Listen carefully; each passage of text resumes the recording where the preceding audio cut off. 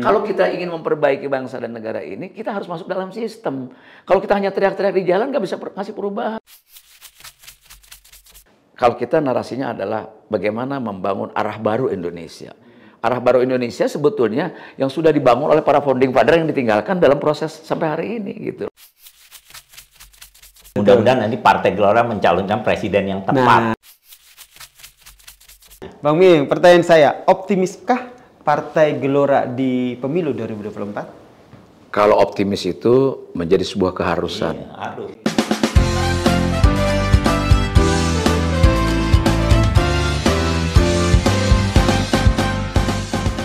Ngomongin soal politik pasti nggak ada habisnya, apalagi kita ini anak muda harus melek politik. Jumlah kita lebih banyak loh daripada mereka-mereka yang umurnya di atas kita. Jadi posisi kita itu cukup menentukan untuk pilpres ataupun pemilu di 2024. Makanya obrolan rasional santai dibahas hingga tuntas atau obras kali ini tetap membahas soal isu-isu politik, dinamika politik yang akan kita bahas secara santai. Saya sapa dulu teman-teman netizen, apa kabar? Selamat pagi, selamat siang, selamat malam nih teman-teman netizen. Semoga dalam keadaan sehat. Yang lagi santai-santai, scroll-scroll handphone, jangan lupa, jangan menyebar berita-berita hoax, sebar berita-berita baik. Dan saya berbicara soal politik, saya punya bintang tamu yang luar biasa. Gak hanya satu tapi dua. Yang pertama tuan rumah, Obras, apa kabar Pak Karna? Masya Allah, akhirnya datang juga nih. Sehat ya Pak? Sehat, terima kasih. Nih tuan rumahnya Obras yang selalu sibuk, tapi kali ini teman-teman netizen menyempatkan diri untuk hadir di Obras, obrolan rasional santai dibahas hingga tuntas di episode kali ini. Nah, selanjutnya ini waktu saya kecil nih sering banget nonton gitu. Jadi langsung ketawa saya perkenalkan Bang Deddy Miing Gumelar. Apa kabar Bang? Alhamdulillah baik Bang Yasir, Pak Karna. Bedanya anak muda dengan orang tua. Dia yang nyiapin kita. Apa artinya? Dia baca pakai handphone aja kelihatan. Saya dikasih kertas yang ada ketikannya begini. Karena dia pikir orang tua nggak bakal kebaca kalau pakai handphone. Ya nggak apa-apa Pak, itu alam. Ya, Alam ya? Natural.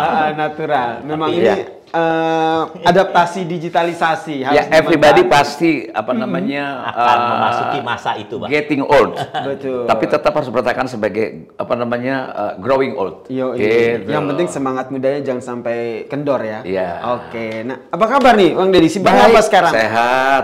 Ya, sibuk mencatat daftar-daftar hari-hari nganggur supaya jangan terlambat. Terlambat apa? Nganggurnya.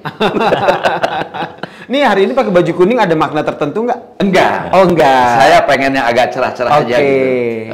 Jadi saya juga ingin memberikan satu bukan penyegaran atau apaan. Publik itu selalu mengidentifikasi orang lain. Misalnya begitu pakai, loh kok sekarang warnanya ini? Emang udah pindah partai? Gitu selalu kata. Bahwa partai warna adalah milik semua orang. Oke. Emang udah pindah partai sekarang, Bang? Kenapa? Emang udah pindah partai sekarang? Enggak, memang udah enggak. Waktu itu kan memang di PDI Perjuangan. Dan terima kasih untuk PDI Perjuangan mengantarkan saya mengerti tentang politik praktis. Harus jujur.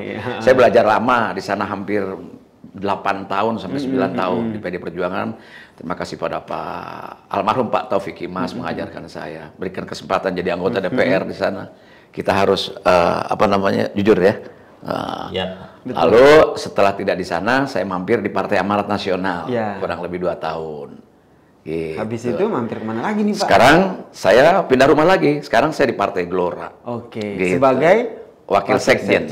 Iya. Oke, Wakil Sekjen Partai Gelora. Ini pasti bertanya-tanya nih, Partai Gelora, partai baru, apa itu Partai Gelora? Iya. Boleh dijelaskan dulu nih. Ya Partai Gelora, Gelombang Rakyat Indonesia. Wih, Gelombang Rakyat Indonesia. Ini kan sebuah ikhtiar saja sebetulnya. Ikhtiar dari segala keresahan yang ada. Saya bilang seandainya mungkin rakyat ini sudah adil makmur, ya dibela oleh para wakil rakyat yang ada di parlemen, nggak perlu juga saya masuk partai. Betul nggak Pak? Karena udah terwakili dong. Nah kalau masih belum ada, kita harus ikut berjuang memperbaiki negeri ini bersama-sama. Jadi kayaknya ada yang harus diperbaiki ya di parlemen sekarang sehingga Partai Gelora itu dari dulu sih bukan sekarang. Oh iya, dari dulu.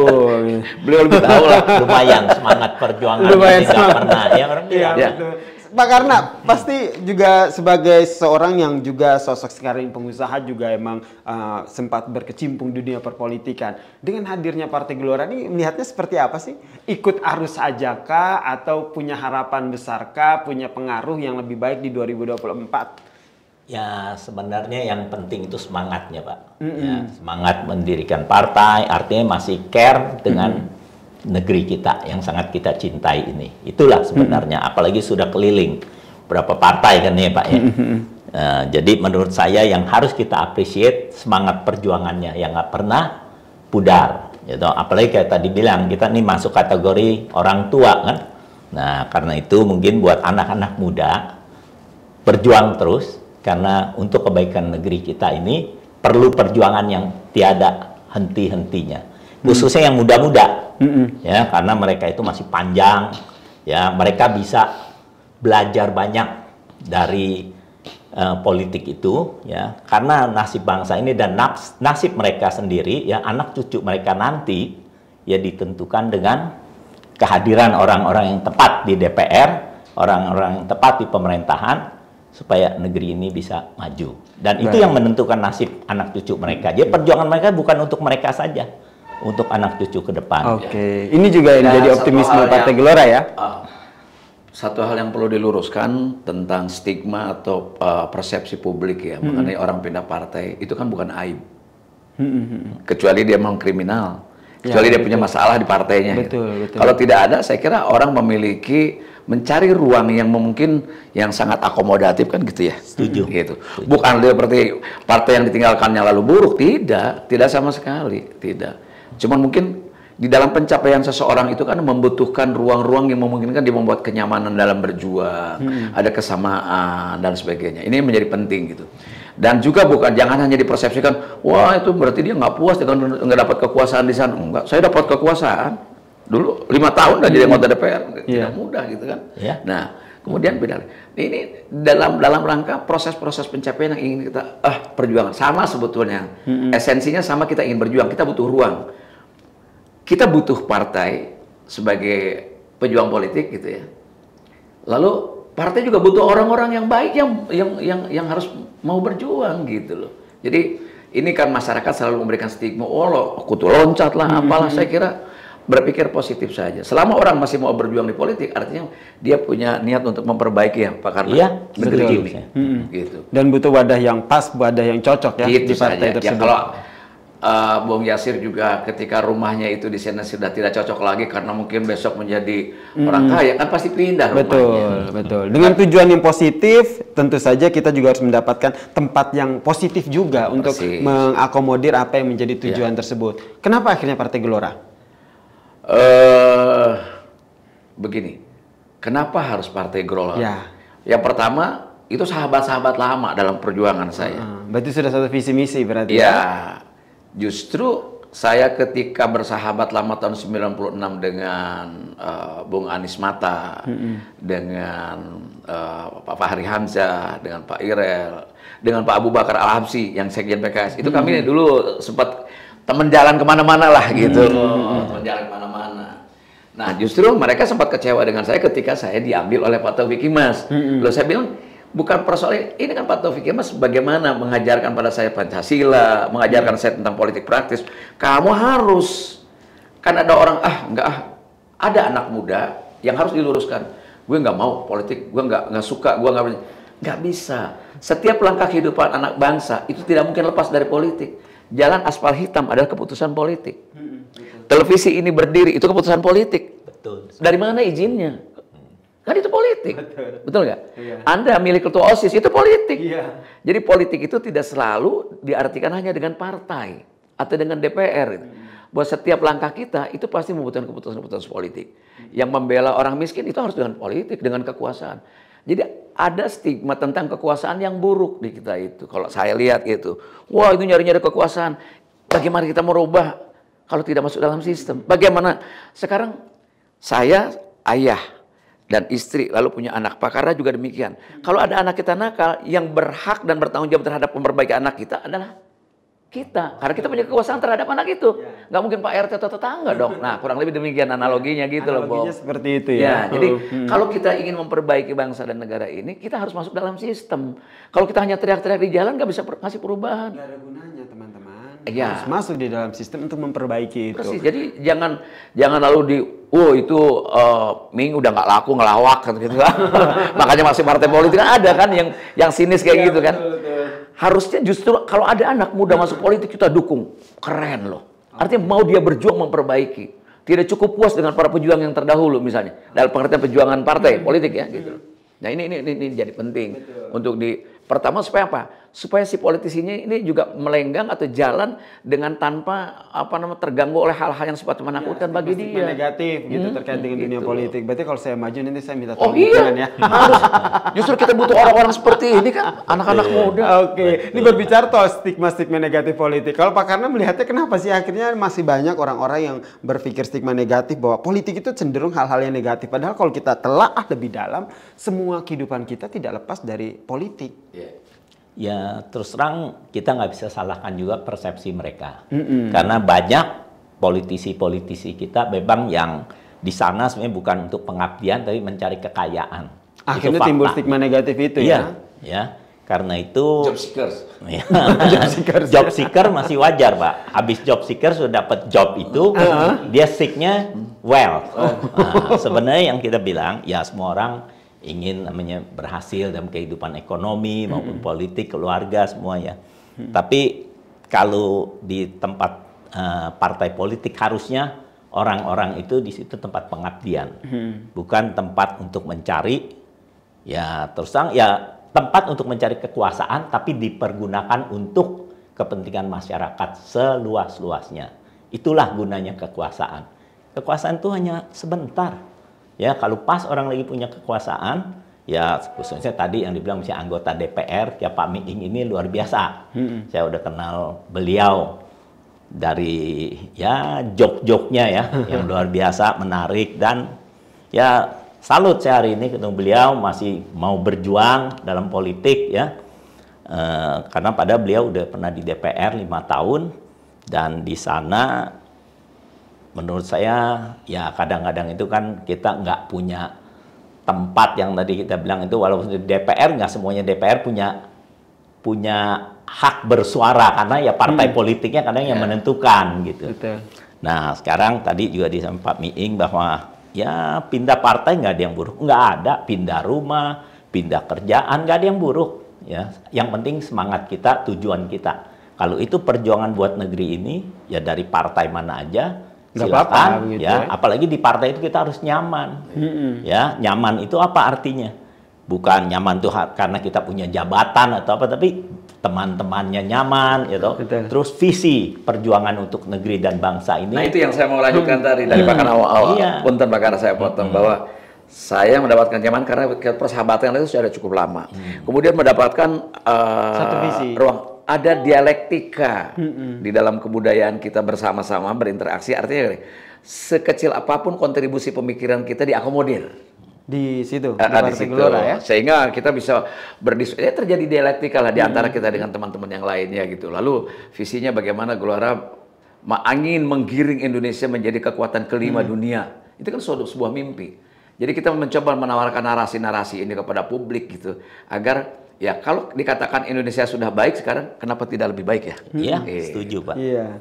Nah, dan mudah-mudahan nanti Pak, yaitu partai politik itu kan tujuannya untuk mencari kader-kader terbaik untuk duduk di pemerintahan, ya, untuk mencalonkan presiden yang tepat. Mudah-mudahan nanti Partai Gelora mencalonkan presiden yang tepat untuk bangsa dan negeri ini. Ya, betul, amin. Ya. Mencari kader-kader terbaik nih. Tentu ini adalah salah satu langkah awal ya, langkah yang tentu dilakukan oleh Partai Gelora. Nah, menuju 2024, seberapa optimiskah Partai Gelora melenggang ke parlemen atau ke sekarang di minggu-minggu terakhir ini, Bung Yasir, kita lagi tinggal sedikit lagi kan verifikasi administrasi sudah. Kami ini kan partai baru. Betul. Kemudian sekarang lagi berjalan verifikasi faktual. Ya, tinggal ada kalau tidak salah 2 sampai 3 provinsi lagi harus dibereskan untuk menjadi MS atau memenuhi syarat lah ya. Nah, Kalau sudah beres, itu nanti kan ada di pleno KPU kita dinyatakan bahwa Partai Gelora misalnya memenuhi syarat untuk menjadi peserta pemilu 2024. Nah, dari situlah kita lebih punya ruang gerak yang leluasa karena udah punya nomor punggung kan. Baru dari situ strategi-strategi kita canangkan. Tapi sebelum ditanya saya akan jawab dulu karena pasti akan ditanya. Kayak paranormal ya Pak ya. Emang saya mau nanya apa sih Bang Miing sampai langsung di Senayang gitu? Ya artinya gini, bahwa tadi sudah menyebut presiden, kita sekarang konsentrasi bagaimana Partai Gelora membawa kader-kadernya ini untuk mengisi parlemen. Jadi konsentrasi kita di pemilu legislatif. Jadi kalau tanya, kadang banyak saya yang ditanya tentang pilihannya siapa presiden. Oh yang pertama, kita belum memenuhi syarat untuk jadi peserta pemilu, sehingga menjadi tidak punya nilai apa-apa untuk mendukung siapapun. Sama saja kan masyarakat biasa. Tidak relevan begitu ya? Tidak relevan, itu satu. Yang kedua, 1 tahun lebih lagi pemilunya.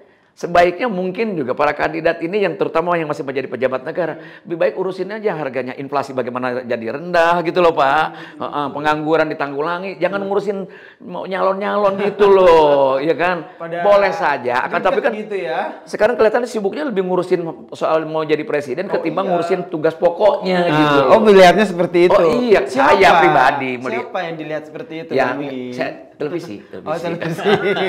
Orangnya siapa ya nggak ngerjain tugasnya malah sibuk 2024. Bukan tidak mengerjakan tugas, cuman kelihatannya lebih ke sana ketimbang misalnya bagaimana harga cabai, bagaimana. Jadi saya melihat lebih pada kegenitan. Ngomongin harga. Bukan, lebih banyak memperlihatkan kegenitan media gitu loh. Ya mungkin ini sedikit ya. Gimana, Tadi Pak? intinya saya bilang partai politik itu harus mencari pemimpin atau presiden yang tepat untuk negeri ini. Dan untuk keberhasilan partai politik, ya dari pengalaman yang lalu-lalu, dia harus punya calon presiden. Kalau enggak, karena partai politik kita terlalu banyak. Betul. Ya toh, tapi presiden kita paling kan 1 atau 2 atau 3 lah misalnya. Nah, kalau kita mencalonkan yang disukai masyarakat, tentu ada efek. Ya, ada capital efeknya itu, di mana ya mudah-mudahan partai itu juga bisa ikut naik suaranya. Sekarang kalau kita ngomongkan pertama kita belum punya nomor punggung, kedua too early apa? Belum ada calon presiden. Iya, jadi mereka yang beredar kan bakal calon. Belum ada keputusan. Betul. Belum daftar ke KPU. Kalau sudah daftar ke KPU lalu kita menentukan pilihan itu lain lagi. Nah, ini too early. Oke lah, kita nggak usah ngomongin calon presiden dulu deh dari Partai Gelora. Tapi membuat saya penasaran tentu strateginya. Sebagai partai baru tentu harus punya strategi dong untuk menggrab pemilih. Nah, strateginya apa nih? Apakah sama seperti partai-partai baru sebelumnya, menggait anak muda atau fokus kepada siapa? Ini penasaran saya nih. Politik adalah all segmen. Pasti. Ya, tidak spesifik bahwa di dalam statistik hasil sensus atau apapun namanya dalam survei, bahwa anak muda generasi milenial dan sampai XYZ ini adalah terbanyak. Ya, itu faktanya. Populasinya kan di situ pemilihnya gitu. Karena orang tua kan udah banyak yang udah pada lewat kan gitu. Jadi mungkin anak-anak muda ini tidak selalu spesifikasi kita ke anak muda, tapi all segmen lah, di mana kita tergantung daerah mana, pemilihan mana, spesifikasi yang akan di sana. Jadi gini, partai ini baru, tapi kan orangnya nggak baru. Artinya kita punya pengalaman kalah dan punya pengalaman menang. Gitu. Jadi strategi itu tidak mungkin saya buka di sini atau. Iya, betul. Gitu. Jadi pasti kita punya strategi bagaimana cara memenangkan paling tidak minimal ya Pak 4% ya. Iya, betul. 4% masuk parliamentary threshold ya. Threshold parlemennya. Ambang batas bahwa sebuah partai politik itu minimal dia mengirim kader-kadernya ke parlemen itu minimal 4%. Dari jumlah anggota DPR yang ada. Tentu gitu. Nah, saya ke Pak Karna. Kalau tidak dijawab oleh Bang Miing soal strategi mereka apa, saya lebih nanya ke tanggapan. Menurut Pak Karna sendiri sebagai sosok yang memang sudah berkecimpung di dunia politik, sebagai partai baru, sebenarnya apa saja sih hal-hal yang perlu diperhatikan oleh partai baru sehingga benar-benar bisa mengakomodir aspirasi masyarakat dan bisa melenggang sampai ke 2024? Ya tadi pemilihan dari caleg-calegnya itu penting. Ya saya rasa Partai Gelora udah tepat lah memilih Pak Miing ini tokoh yang luar biasa ya. Kalau saya punya partai, saya juga akan tarik, saya gaet ini Pak Miing gitu kan. Ya karena ya terbukti ya, tidak punya cacat selama di DPR 5 tahun. Dan saya dengar sekarang pun biasa-biasa aja. Biasa orang bilang kalau keluar dari DPR tuh, waduh, kaya semuanya. Jadi ya orang-orang seperti inilah sebenarnya yang dibutuhkan partai-partai politik ya. Ya jadi ya yang saya bilang beruntunglah Partai Gelora punya caleg Pak Miing gitu ya. Oke, itu yang pertama kader ya. Selain itu apa lagi? Sebelum saya diambil oleh partainya Pak Karna, kayaknya mungkin masukin diambil aja dulu jadi komisaris dulu di perusahaannya. Ya. Oke, selain kader apa nih Pak Karna? Ya tentu. Ya pemilihan yang kita bilang tadi yang saya bilang calon presiden itu penting. Karena dari pengalaman saya partai itu kalau mau ya artinya lebih mendapat simpati masyarakat, karena partai ini terlalu banyak Pak, mungkin lebih dari 10. Betul. Jadi kan masyarakat kan susah untuk membedakan, semua sama isinya, ngomongnya sama. Tapi sekarang kalau presiden 18 Pak. itu 18 malah kan? Partai lama yang existing ada 9 kan, partai barunya 9. Ya, tapi yang 9 yang baru ini belum tentu 9 masuk semua. Betul. Ya. 9 yang baru termasuk Gelora ya? Iya, ini ongoing proses tuh verifikasi faktual ya. Ya itu, jadi karena itu awal ya, contoh yang ya saya lihat ini PSI pintar ya mencalonkan Ganjar sebagai calon presiden dan Nasdem juga Anies ya. Itu Ya, jadi tapi- salah satu strategi mereka ya? Ya, sebenarnya strategi. Tapi kan kembali ada yang diuntungkan, ada yang dirugikan mungkin. Kalau calonnya tidak dapat sambutan yang baik dari masyarakat, partainya jadi kena efek. Betul. Gitu loh. Jadi ya itulah ya. Artinya menurut saya sekali lagi bahwa untuk sukses bagi calegnya, ya bagi partai penyemangat juga, ya khususnya ketua partai ya harus mencari calon ya presiden yang benar-benar disukai masyarakat, atau jangan terlalu cepat-cepat, gitu loh. Misalnya. Gimana Bang Miing? Ya saya kira tadi yang disampaikan Pak karena tentang kotel efek itu juga ada Betul, pengaruhnya. kotel efek itu penting. Ada karena gini, masyarakat kita ini kadang-kadang kan memilih tuh siapa yang rame. Betul. Gitu. Wah ini rame nih, ambil ini gitu kan. Ada dampaknya. Banyak partai-partai yang di 2009, 2014 itu kan mendulang suara banyak karena calon presidennya bakal menang kan gitu Pak ya. Itu juga ada. Nah, bukan berarti kita tidak akan mendukung calon presiden yang akan datang. Belum waktunya. Kalau menurut saya partai kami, kenapa? Pertama kita belum punya nomor punggung. Yang kedua belum ada calon. Calon presiden belum ada menurut saya sih. Jadi setelah ada calon baru Yang sekarang Partai beredar Gelora adalah mendukung ya? bakal calon. Yang belum pasti kan. Gitu loh. Ya benar Pak, ya itu bakal calon ini harus kira-kira orang yang disukain. Betul. Itu loh intinya. Ya memang calon presiden belum ada. Ya calon, bakal calon kan sama calon. Istilahnya. Tapi intinya figur-figur yang kira-kira prestasinya sudah dilihat, ya atau kelebihannya ada. Ya misalnya, sangat merakyat. Misalnya loh, ya. Atau waktu dia jadi pemimpin daerah kelihatan hasil kerjanya, misalnya gitu Pak. Jadi nah itu benar-benar penting harus Pak. di ini Track ya, record itu track record penting. ya. Nggak Betul. mungkin gitu mencalonkan calon presiden ya, caleg aja harus dilihat track Betul, recordnya lihat track Pak record. Miing nih. Track recordnya kan bagus nih. Nah itu sebabnya saya rasa diminati banyak partai sebenarnya ya. Nah, di Partai Gelora sendiri Bang Miing selain Memang kita memilih pemimpin paling tidak dia memiliki portofolio yang memadai, yang terasa oleh publik siapapun dia. Saya tidak dalam posisi menyebut nama atau calon ya, tapi kriteria ya Pak, karena kita sepakat dulu ya, kita bicara wilayah itu. Betul. Bahwa kita harus, kalau dianggap pemerintahan saat ini sudah baik misalnya, ya ke depan harus lebih baik, kenapa tidak, Ya, gitu loh. sepakat ya, kita Itu semua aja. sepakat Jadi itu. positif saya supaya apa?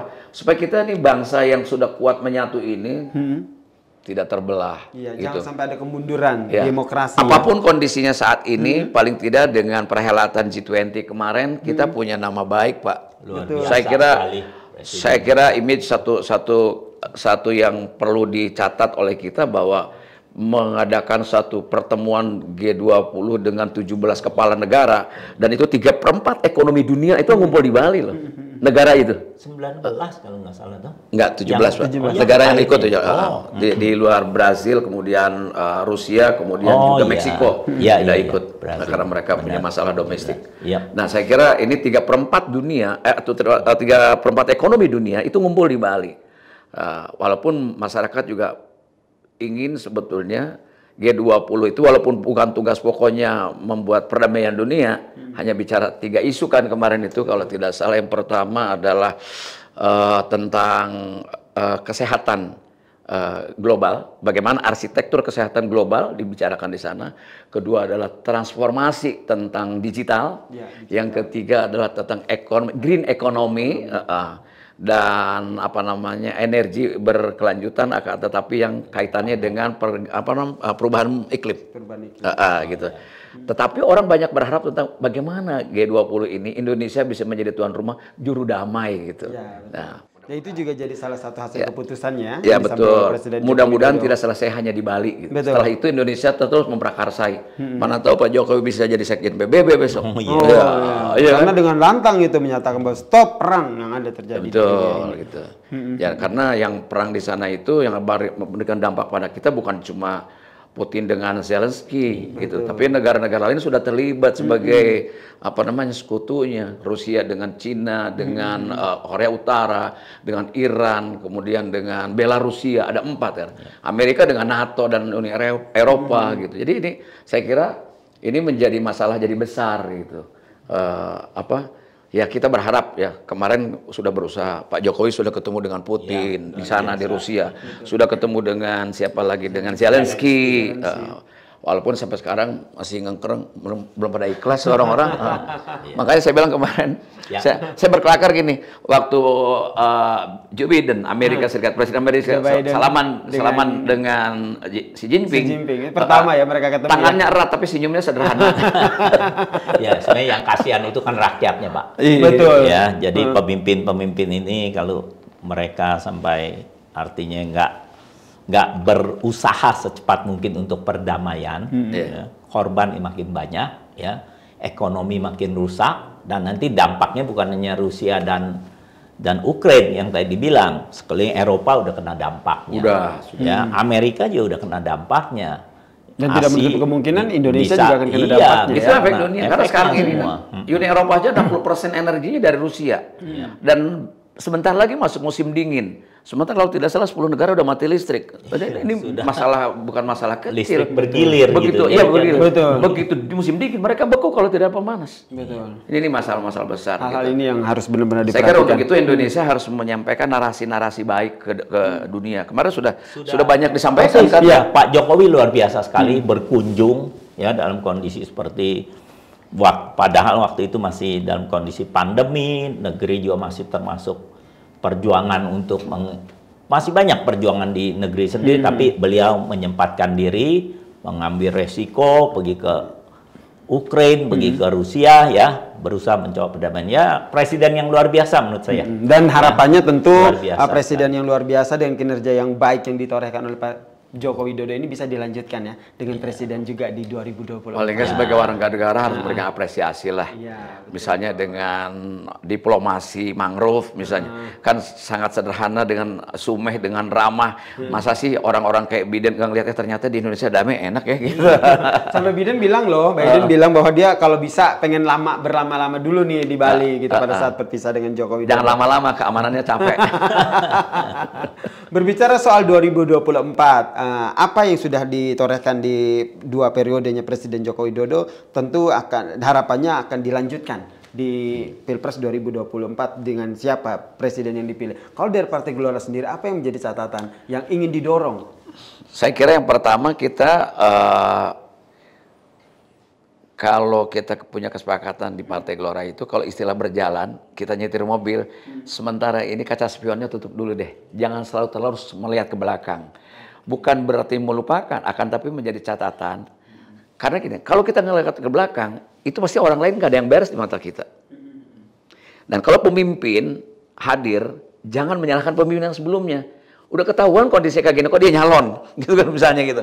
Oh, ini kalau sekarang keadaan kayak gini kan memang ngelihat dulu dong gubernur yang lamanya atau presiden yang lamanya. Udah jangan nyalon deh kalau kayak gitu. Jangan nyalahin orang lain, kita ke depan aja. Nah, Partai Gelora kita akan mengusung bagaimana arah baru Indonesia. Arah baru Indonesia, tatanan-tatanan yang tidak produktif dan negatif kita tinggalkan. Berhadapan dengan dunia global yang tidak mungkin kita putus. Sekarang ada dengan satu peristiwa peradaban baru namanya revolusi digital. ini juga bukan selalu hanya memberikan dampak positif, negatifnya juga banyak loh, gitu loh. Kalau kita tidak mengelolanya dengan baik kan gitu, Pak. Nah, jadi menurut saya positive thinking harus menjadi modal sosial kita pertama ke depan gitu. Oke, kita bicara saja yang ini. Yang belum tergarap oleh pemerintahan yang sebelumnya, kita perbaiki ini. Itu aja. Yang jelas partai politik kayak kami ini, kayak Gelora ini harus punya kemampuan menarasikan tentang, kalau kita narasinya adalah bagaimana membangun arah baru Indonesia. Arah baru Indonesia sebetulnya yang sudah dibangun oleh para founding father yang ditinggalkan dalam proses sampai hari ini gitu loh. Ke depan, misalnya apa?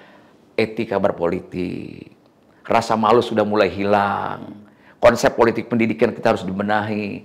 Bayangkan Anda, kita melihat misalnya para koruptor di televisi, kayaknya nggak ada malunya, malah dada-dada, malah betul nggak? Betul, kayak gitu. Ini kan persoalan-persoalan yang tidak kecil menurut saya secara moral gitu loh.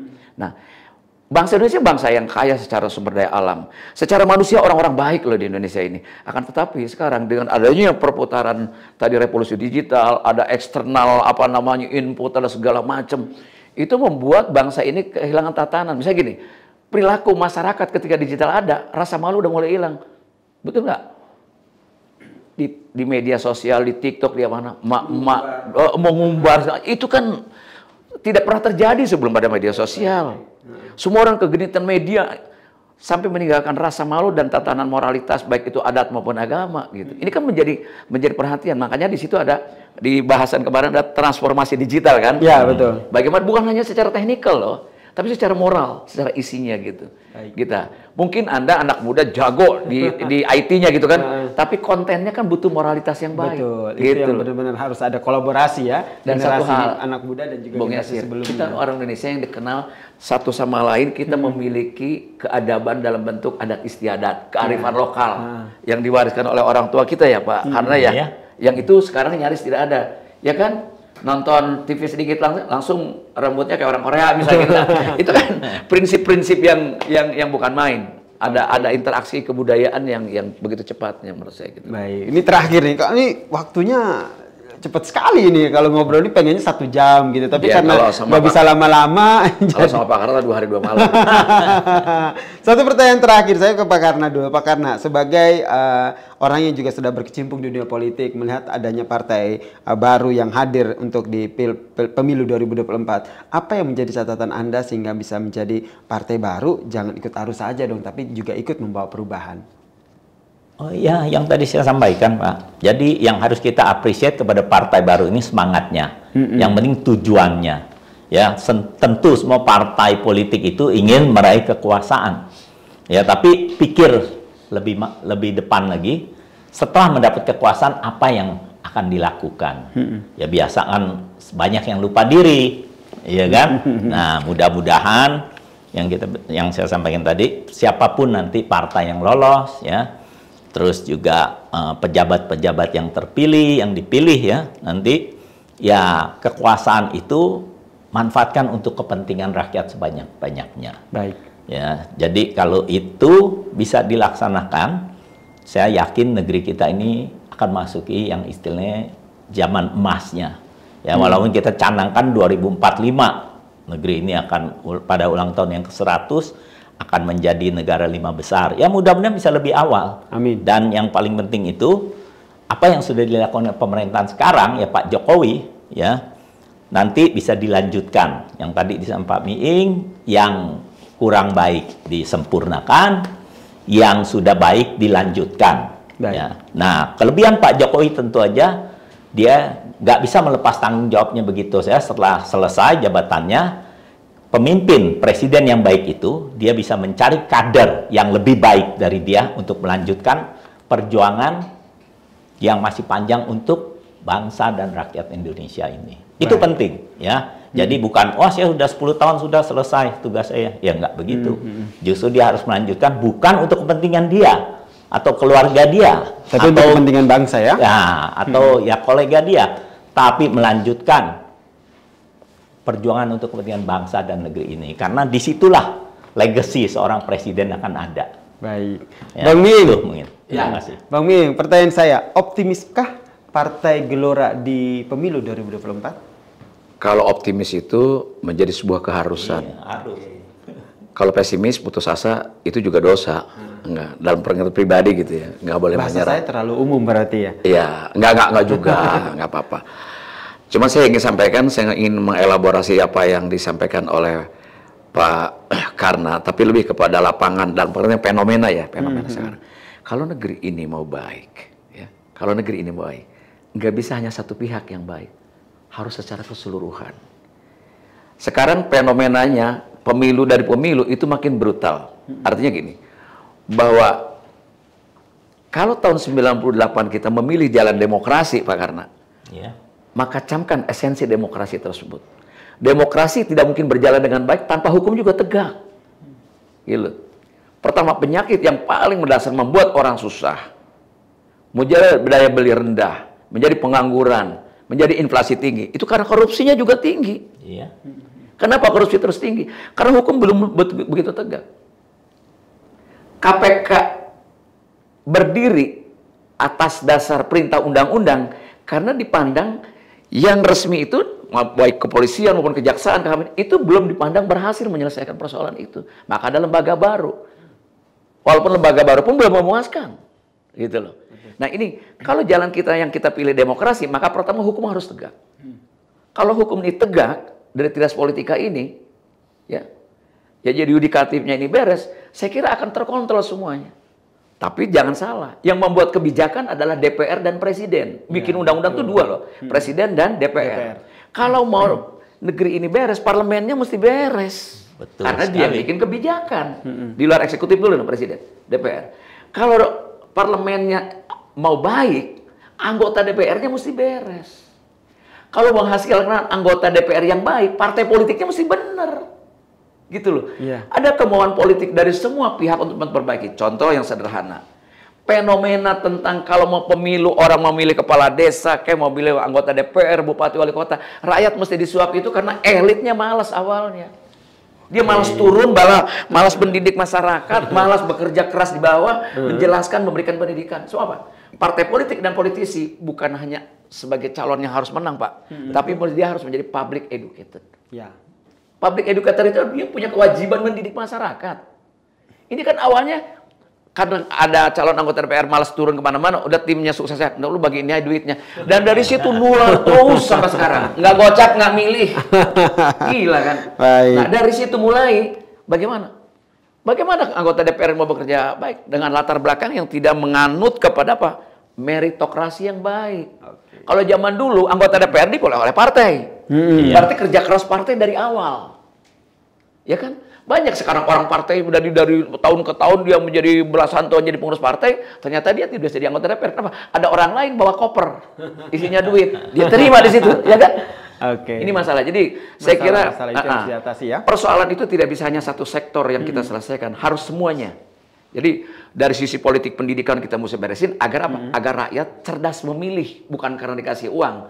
Kan kadang-kadang juga calegnya ditipu juga, duitnya diterima dia kagak milih dia juga. Itu dia pilih ya. Bagus itu yang benar. Yang benar. Tetapi kan kita ingin menghilangkan bagaimana suap menyuap itu menjadi hilang. Itu kan korupsi juga. Ya, betul. Nah hukumnya harus tegak. Bawaslu dan panwaslunya juga harus. Jangan karena anak bupati nggak dibelain. Nah itu tuh yang harus. Ya kan karena anaknya apa namanya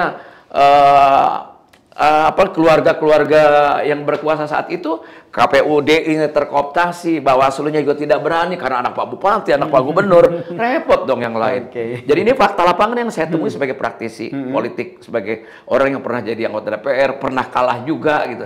Ini keadaan-keadaan kayak gini.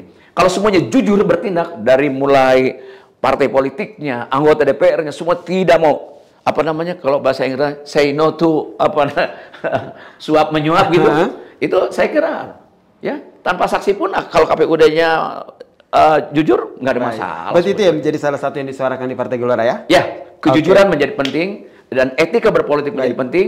Kunci demokrasi sebagai pilihan adalah diantaranya hukum ditegakkan, akan ekonomi menjadi adil, sosial menjadi adil, budaya menjadi adil. Baik, Wakil Sekjen Partai Gelora Bang Deddy Minggu Mular. Terima kasih Terima sudah kasih, datang di Yasin. Obras. Terima Iya. kasih Pak karena Terima tuan kasih. rumah podcast Obras yang juga telah mampir ke sini dan berdiskusi luar biasa nih, memberikan edukasi-edukasi pemahaman-pemahaman politik yang baik buat kita, sehingga saat kita terjun di dunia perpolitikan ataupun kita juga terlibat secara aktif maupun pasif di dunia perpolitikan, terutama di pemilu 2024 nanti, kita sudah punya modal. Siapa yang harus kita pilih, siapa yang harus kita dukung, tentulah orang-orang yang bisa memberikan dampak yang baik juga buat negara kita. Sekali lagi terima kasih. Semoga Terima kasih, nanti Yasin. saya undang Terima lagi kasih, ya, Terima kasih. Pak Miing ya, Amin, di sini amin. bersama dengan Bang Fahri lah, gitu. Datang di sini lah ngobrol-ngobrol Insya Allah. bersama kita di sini di Obras gitu ya. Ya. Oke, kalau gitu kita pamit dulu nih ke teman-teman netizen. Kalau gitu saya pamit ya. Terima Selamat kasih. pagi, selamat Terima siang, kasih. selamat malam teman-teman netizen. Saya tutup. Wassalamualaikum warahmatullahi wabarakatuh. Waalaikumsalam.